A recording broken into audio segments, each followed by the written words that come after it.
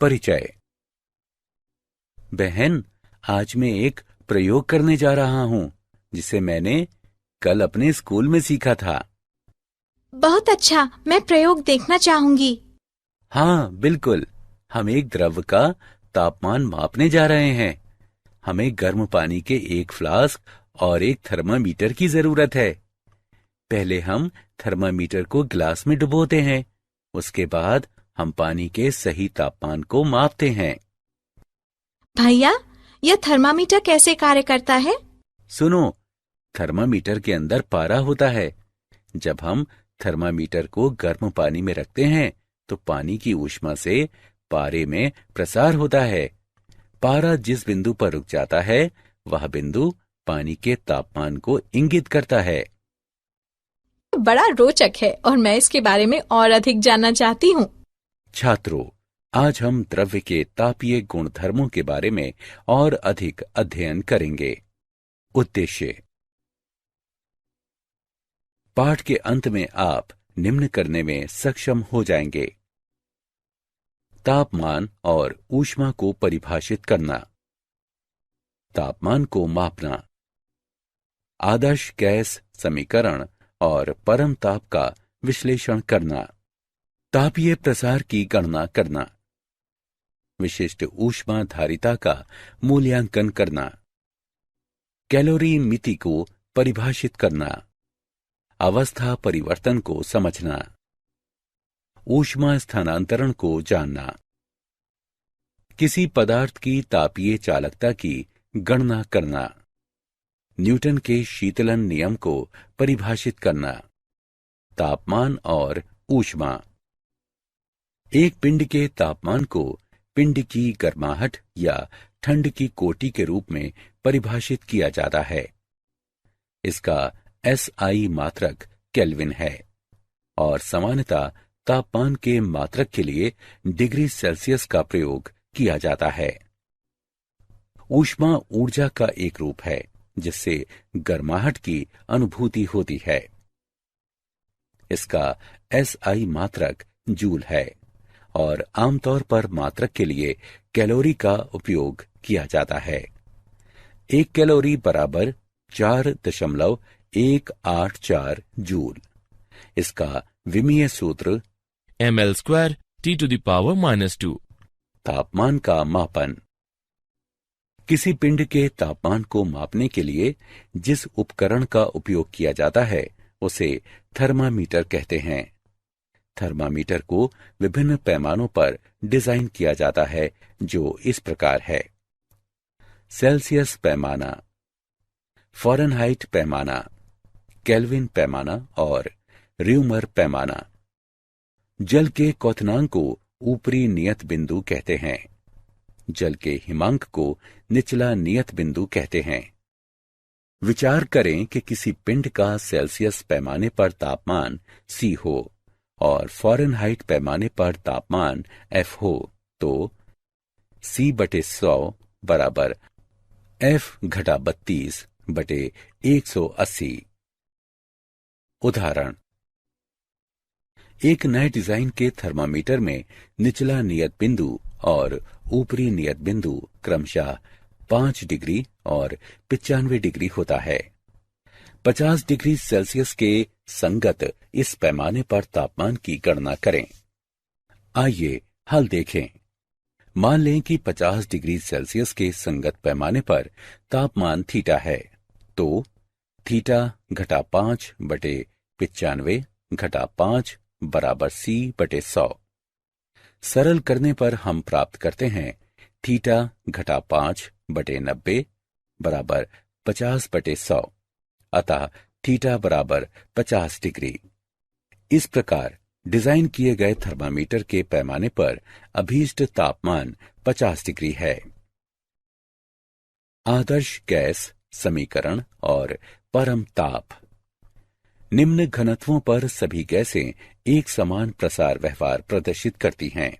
चूंकि PV बराबर नियतांक और V/T बराबर नियतांक, तो PV/T भी नियतांक है। इस संबंध को आदर्श गैस नियम के नाम से जाना जाता है।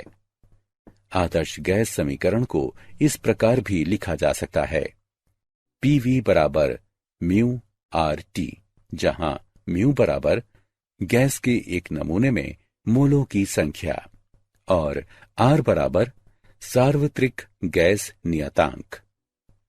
नियतांक आयतन गैस थर्मामीटर में तापमान दाब के पदों में पढ़ा जाता है।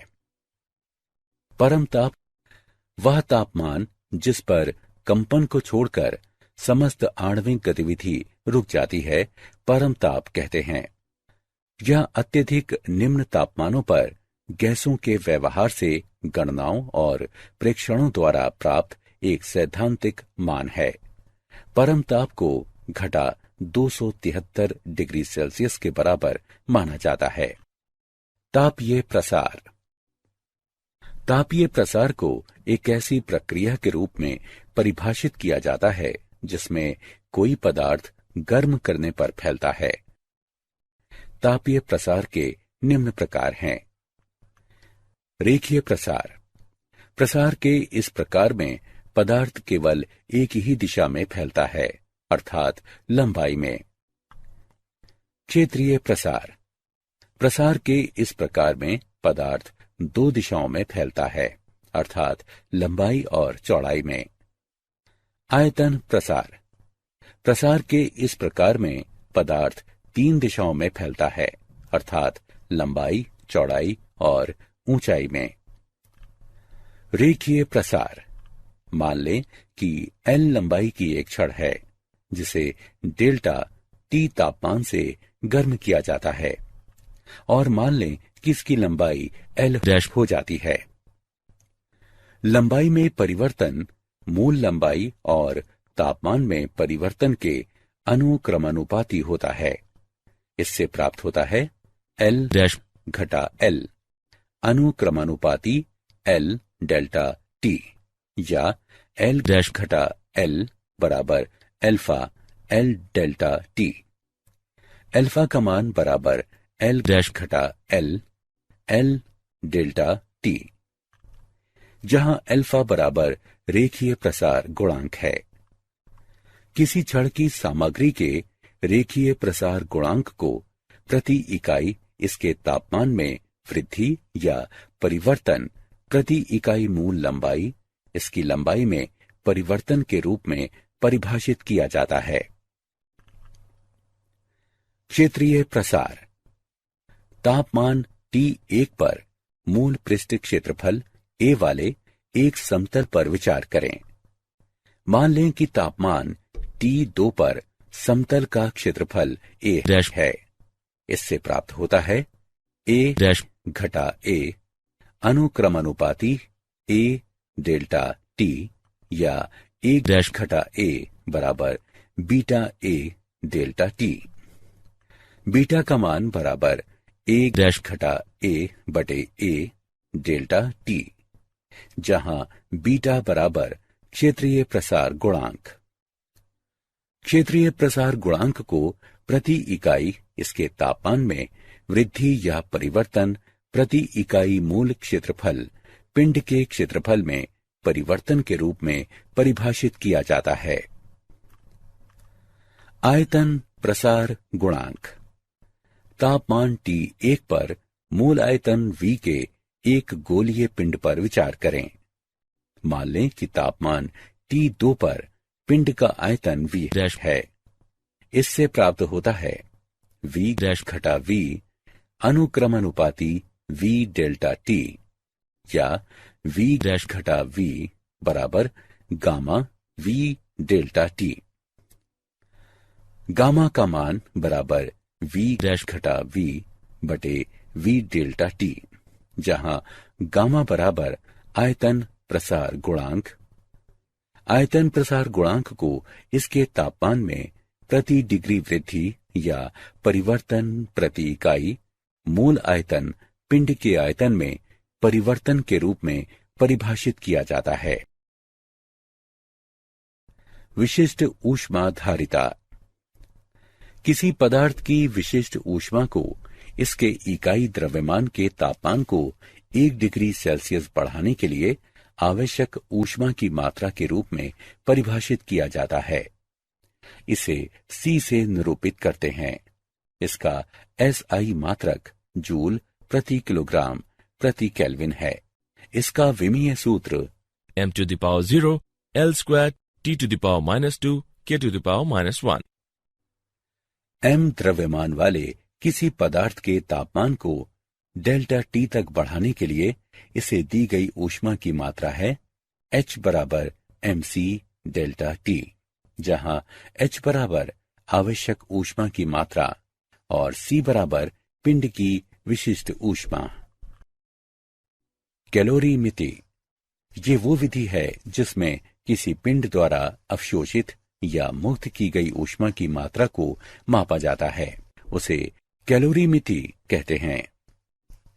ऊष्मा की हानि या अर्जित की गई ऊष्मा बराबर ms थीटा, जहां m बराबर द्रव्यमान, s बराबर सामग्री की विशिष्ट ऊष्मा और थीटा बराबर तापमान में परिवर्तन। कैलोरीमिति ऊर्जा संरक्षण के सिद्धांत पर आधारित है। इसके अनुसार गर्म पिंडों द्वारा मुक्त की गई ऊष्मा ठंडे पिंडों द्वारा अर्जित की गई ऊष्मा के बराबर होती है। कैलोरीमिति के लिए आवश्यक है कैलोरीमीटर से ऊष्मा बाहर न जाने पाए, लिए गए विभिन्न पदार्थों के मध्य कोई रासायनिक अभिक्रिया न हो। अवस्था परिवर्तन। द्रव्य सामान्यतः 3 अवस्थाओं में पाया जाता है, ठोस, द्रव और गैस। इन अवस्थाओं में से एक से दूसरे में रूपांतरण अवस्था परिवर्तन कहलाता है। पिघलना। ठोस से द्रव में अवस्था परिवर्तन। गलनांक वह बिंदु जिस पर किसी नियत ताप पर कोई ठोस और इसकी द्रव अवस्था समया अवस्था में हो। वाष्पीकरण। द्रव से वाष्प में परिवर्तन। क्वथनांक वह तापमान जिस पर पदार्थ की द्रव और वाष्प अवस्थाएं साथ साथ होती हैं। विलय। द्रव से ठोस में अवस्था परिवर्तन। पुनर्हिमायन। दाब के अंतर्गत क्रमिक रूप से पिघलना और बर्फ के 2 खंडों से दाब को हटाने पर जमना। ऊर्ध्वपातन। बिना मध्यस्थ द्रव अवस्था से गुजरे ठोस अवस्था से सीधे गैस अवस्था में रूपांतरण की प्रक्रिया। गुप्त ऊष्मा। अवस्था परिवर्तन के दौरान किसी पदार्थ द्वारा अवशोषित या मुक्त की गई ऊष्मा की मात्रा, जैसे कि नियत तापमान एवं दाब पर बर्फ का जल में बदलना। ऊष्मा स्थानांतरण। ऊष्मा 3 तरह से संचरित हो सकती है, चालन द्वारा, संवहन द्वारा, विकिरण द्वारा। चालन किसी ठोस पदार्थ के एक सिरे से दूसरे सिरे तक घटक कणों की वास्तविक गति के बिना ऊष्मा स्थानांतरण। संवहन घटक कणों की वास्तविक गति से ऊष्मा उच्च तापमान वाले क्षेत्र से निम्न तापमान वाले क्षेत्र की ओर स्थानांतरित होती है। विकिरण ऊष्मा उच्च तापमान वाले एक पिंड से निम्न तापमान वाले एक दूसरे पिंड तक उनके बीच किसी प्रत्यक्ष संपर्क के बिना स्थानांतरित होती है। किसी पदार्थ की तापीय चालकता किसी ठोस के उच्च तापमान से निम्न तापमान की ओर स्थानांतरित ऊष्मा की मात्रा इसके पृष्ठों के अनुप्रस्थ क्षेत्रफल, दोनों पृष्ठों के मध्य तापांतर, समय के अनुक्रमानुपाती और दोनों पृष्ठों के मध्य की दूरी के व्युत्क्रमानुपाती क्रमानुपाती होती है। इससे प्राप्त होता है Q बराबर KA T1 घटा T2 T बटे D, जहां K एक समानुपाती नियतांक है और इसे पदार्थ की सामग्री का तापीय चालकता गुणांक कहते हैं। किसी पदार्थ के तापीय चालकता गुणांक को एकांक समय में उस पदार्थ के एकांक घन के एक पृष्ठ से इसके विपरीत पृष्ठ की ओर स्थानांतरित ऊष्मा की मात्रा के रूप में परिभाषित किया जा सकता है जब इन दोनों पृष्ठों का तापांतर एकांक हो। उदाहरण, आइए तापीय चालकता का एक उदाहरण लेते हैं। बराबर लंबाई की दो छड़ें A और B हैं। प्रत्येक छड़ के सिरों का तापमान T1 और T2 है। क्या शर्त है कि छड़ों A और B से ऊष्मा के प्रवाह की दरें बराबर हो जाएं? आइए हल देखें। दिया है L1 बराबर L2। क्योंकि छड़ों से ऊष्मा के प्रवाह की दरें बराबर हैं, इसलिए डेल्टा Q1 बटे डेल्टा T बराबर डेल्टा Q2 बटे डेल्टा T। व्यंजक को हल करने पर हमें प्राप्त होता है A1 बटे A2 बराबर L1 बटे L2 गुणा K2 बटे K1। अतः A1 बटे A2 बराबर K2 बटे K1। इस प्रकार दोनों छड़ों का अनुप्रस्थीय क्षेत्रफल उनकी तापीय चालकताओं के व्युत्क्रमानुपाती होना चाहिए। न्यूटन का शीतलन नियम। इसके अनुसार एक पिंड के शीतलन की दर पिंड के तापांतर और परिवेश के अनुक्रमानुपाती होती है। शीतलन की दर अनुक्रमानुपाती T घटा T0। यह नियम वैध है जब तापांतर बहुत अधिक ना हो। आइए उपपत्ति देखें। विचार करें कि तापमान T पर एक पिंड T0 तापमान वाले परिवेश में है, तो पिंड द्वारा प्रति सेकंड उत्सर्जित ऊर्जा है E बराबर सिग्मा अवयव है A T घटा T0 गुणा T जमा T0 गुणा T वर्ग जमा T0 वर्ग।